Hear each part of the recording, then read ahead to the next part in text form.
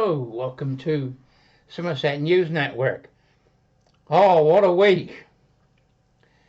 Our Mr. Starmer, the Prime Minister of the UK, now you've got to remember that he's already signed a 100-year deal with Ukraine. We are supporting Ukraine. Not me. I don't think we should. I think we should stay well out of it. But Starmer's back in Ukraine. Starmer wants to put British troops in Ukraine as a peacekeeping force. One commentator said that if the British troops are fired on, one shot of British troops, that will then bring in NATO and bring in the Americans. I don't think Trump's going to play ball to that one, but that's what I think the plan was. So you've got to remember that Trump is now, Starmer is now going to speak for Ukraine with Trump. So Starmer flies over and meets Donald Trump in the White House in the Oval Office. And they're sat there. And the guy's a creep. Our Prime Minister is a creep. All that he said about Donald Trump and how they sent 100 Labour Party staff and supporters over to campaign for Harris. He's not supposed to like Trump.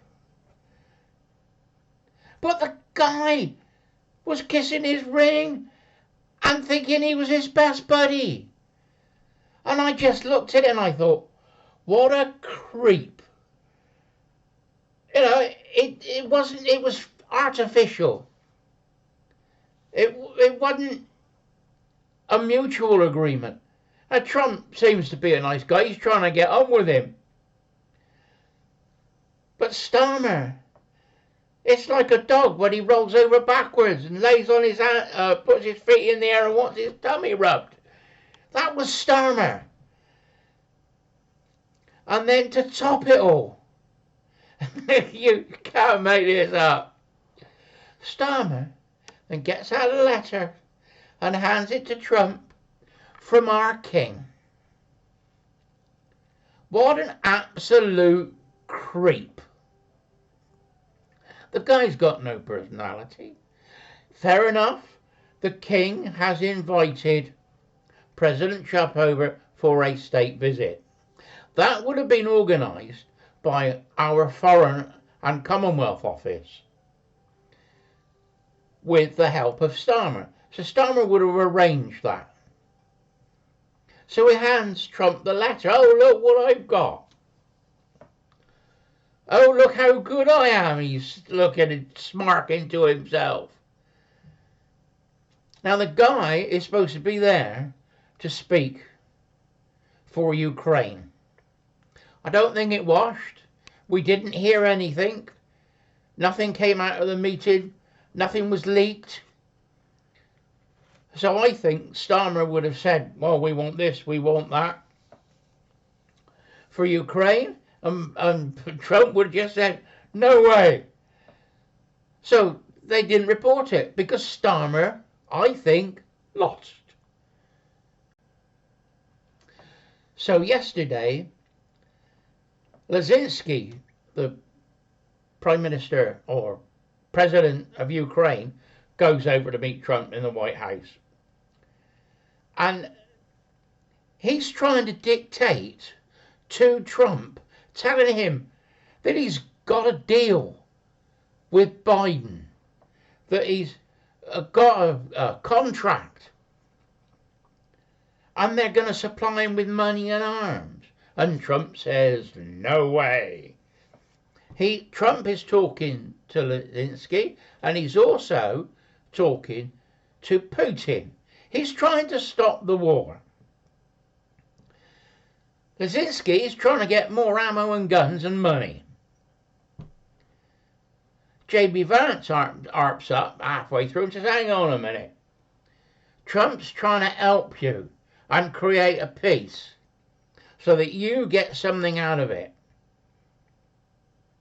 At the moment, the Russians could just walk into Ukraine and nobody's going to stop them.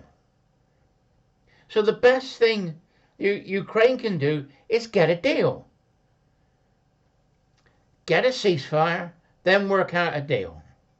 I don't think the Russians are going to give up Crimea because they want a port in that part of the world. So they're not going to give up that in the Dead Sea.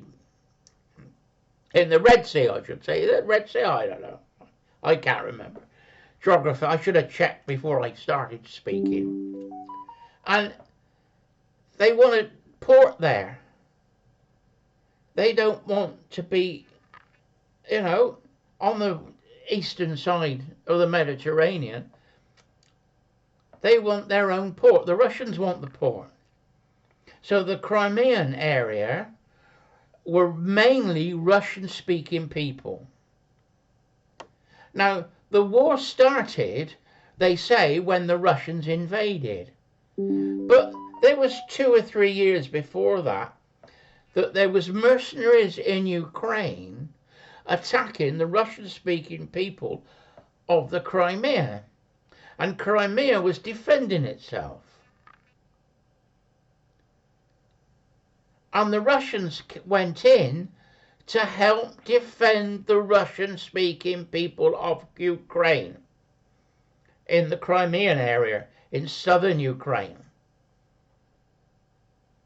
That's when they say the war started. But it was, before that, it was like a guerrilla war between the two sides. And what have we done? We've used it as a proxy war. Not that I agree with it. We've been feeding them all our guns, our armies, our tanks. There were tanks that were obsolete, and they disassembled the barrels and blocked it up so they couldn't be used. And they were being bought for £40,000. They were putting a new gun on them, servicing the engines, and selling them to Ukraine for £400,000. So the gun dealers were really making money out of this. They were buying stuff cheap, then selling it to Ukraine. It inflated prices. And where did the money that Ukraine had to buy all these guns and weapons? From the Americans. The Americans gave them something like 177 billion. Zelenskyy said, I've only had 70 billion of it. Well, where's the other 100 billion gone? Nobody seems to know. So, Zelensky's in the office, in the Oval Office, with Trump and Vance. Vance is telling Zelenskyy that Trump is trying to help him and they got to get a deal because they got no way of winning this war. And Zelenskyy just wants to carry the war. He wants more guns, bullets and money. And Trump ain't having nothing. That's where the row started. Zelenskyy, in my view, should have said, what can we do? What's the best deal we can get out of it? Zelenskyy wants the European army to come in and fight on his side against the Russians. That's going to keep the war going. It's going to be a never-ending war then.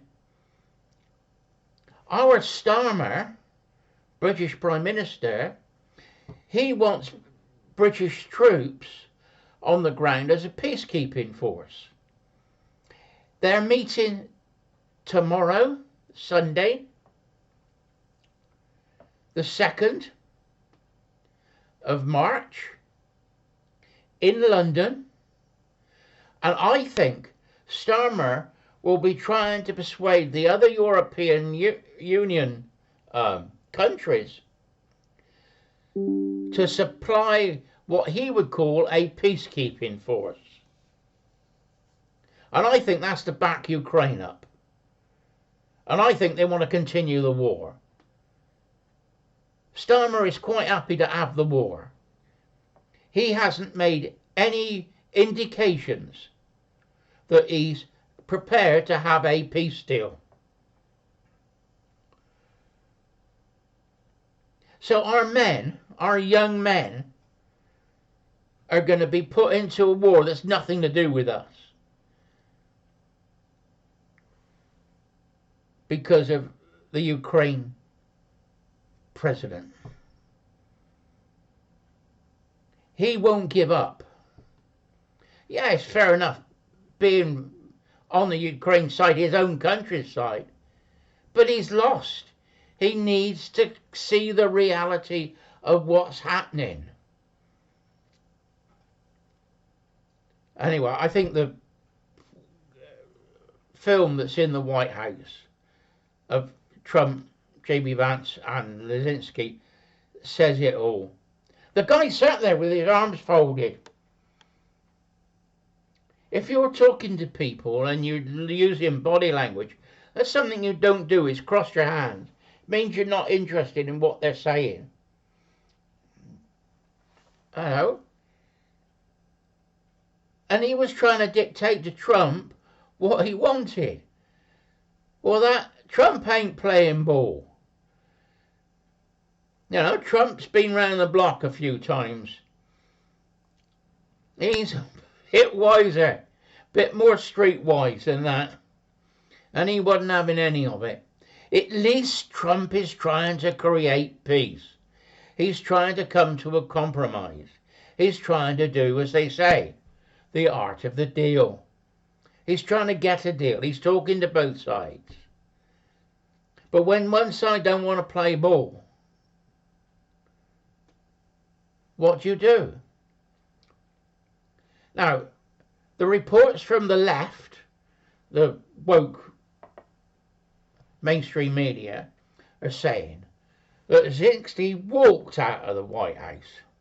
Well, yeah, he might have walked, but he didn't leave Trump.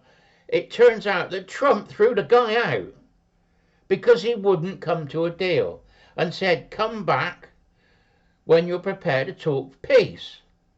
So he threw him out.